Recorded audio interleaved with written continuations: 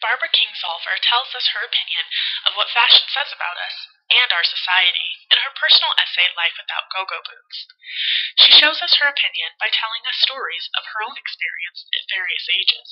She chose these examples to appeal to the audience she has in mind. We can use her own words to deduce or reach a conclusion about who that audience is. First, what groups or possibilities for the audience of this essay? Who would be interested?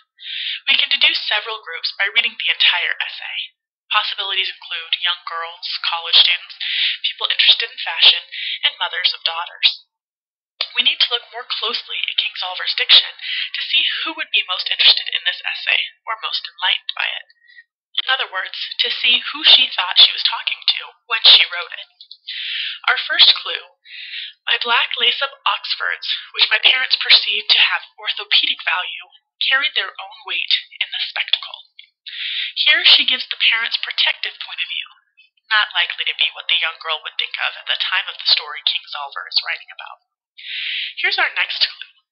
On Christmas morning, I received white rubber boots with treads like a pair of Michelins. My mother loved me, but had missed the point. This appeals to mothers who try but are out of touch with what's cool for a younger generation. Now, there is fashion and there is style. The latter, I've found, will serve and costs less.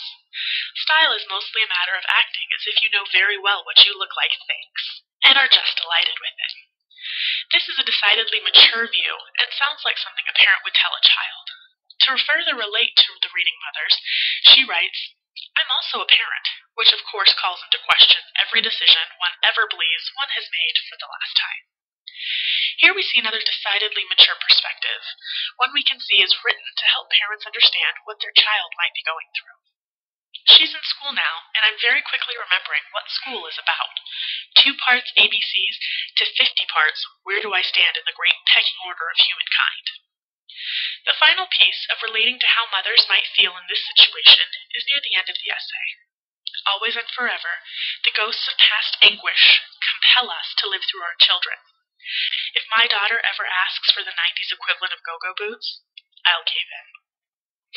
When we add all these up, we can deduce that Kingsolver is writing to mothers of daughters to help them remember their own possible battles with fashion, give them understanding about what their daughters might be going through, and give them possibilities for how to guide their daughters in dealing with peer pressure and finding their individuality through their clothing choices.